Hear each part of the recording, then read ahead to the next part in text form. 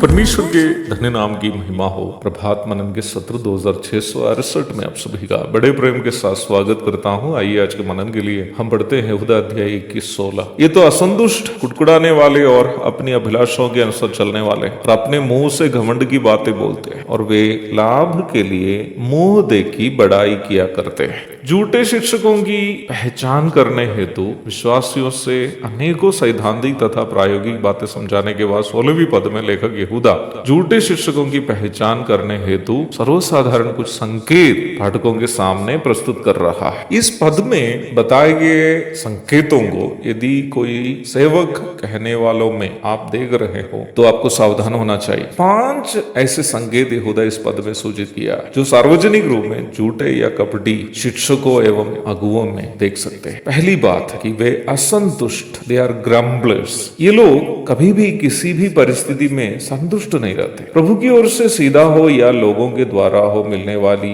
आशीष या मदद इन्हें कभी भी संतुष्ट नहीं करते। ये लोग हमेशा एक नकारात्मक मानसिकता के अथवा नेगेटिव मेंटालिटी के लोग होते हैं। एक असंतुष्ट व्यक्ति की जरूरत पर यदि आप उसकी मदद भी करेंगे ना, वो कभी भी उस मदद के लिए आपसे या परमेश्वर से आभारी नहीं रहेगा। उसकी यही सोच रहेगी कि जितना मुझे मिलना चाहिए थे उतना तो मुझे नहीं मिला। एक बार मेरे परिचय का एक भाई मेरे पास आकर कहा कि उनके बेटे को उसके कॉलेज में जमा करने के लिए 80,000 रुपए की जरूरत है और वो नहीं जमा करने के कारण उनके बेटे को कॉलेज से निष्कासित किया गया है। मुझे सुनकर बहुत खराब लगा, परंतु उतना बड़ा रकम मेरे पास नहीं होने के कारण मैंने अपना परिचय का एक अन्य धनी भाई को इसकी सूचना दी और वो भाई ने मुझसे जरूरतमंद भाई का बैंक का खाता की जानकारी देने के लिए कहा। मैंने ऐसा ही किया। लगभग 1 सप्ताह बीत गया, लगता है 7-8 दिन बीत गए। दूसरे भाई मुझे फोन किया एक दिन, पूछा कि वो जरूरतमंद भाई ने कुछ बताया कि नहीं। मैंने पूछा कि आपने कुछ भेजा था क्या? उन्होंने कहा हाँ ब्रदर,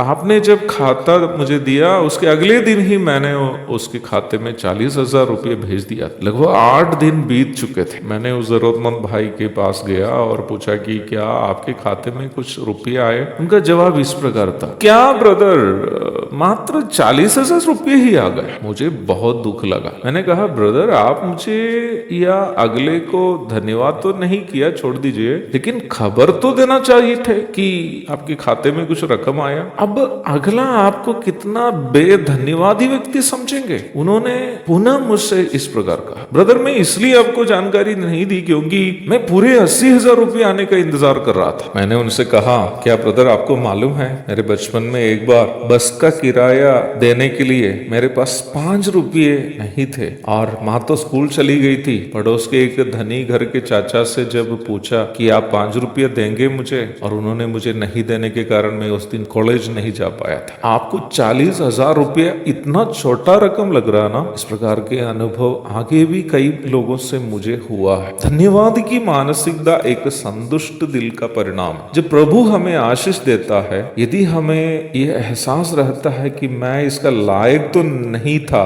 फिर भी प्रभु ने मुझे दिया है, तब हम दिल में संतुष्ट रहे। हमें किसी भाई या बहन से भी कुछ मदद मिलती है, हमें ये सोच होनी चाहिए कि उस व्यक्ति को मेरी मदद करने की जरूरत नहीं थी, वो किसी दूसरे की भी मदद कर सकता था, फिर भी उन्होंने मेरी मदद की है। इसके लिए उस व्यक्ति को भी हमें धन्यवाद कहना होगा और परमेश्वर से भी। झूठे शिक्षकों की एक पहचान यहूदा कहता है कि वे कभी भी संतुष्ट नहीं रहते हैं, इसलिए उनसे कभी आप धन्यवाद की मानसिकता उम्मीद भी नहीं कर सकते। हमेशा अधिक से अधिक पाने की लालच से रहने के कारण वे हमेशा दुखी रहते हुए ये सोच में रहेंगे, मुझे जितना मिलना चाहिए था उतना तो मुझे नहीं मिला। चलिए, प्रभु की इच्छा हुई तो इसी पद का अध्ययन हम लोग कल भी जारी रखेंगे। तब तक के लिए आपसे विदा हो जाता हूँ। प्रभु आप सबको आशीष दे।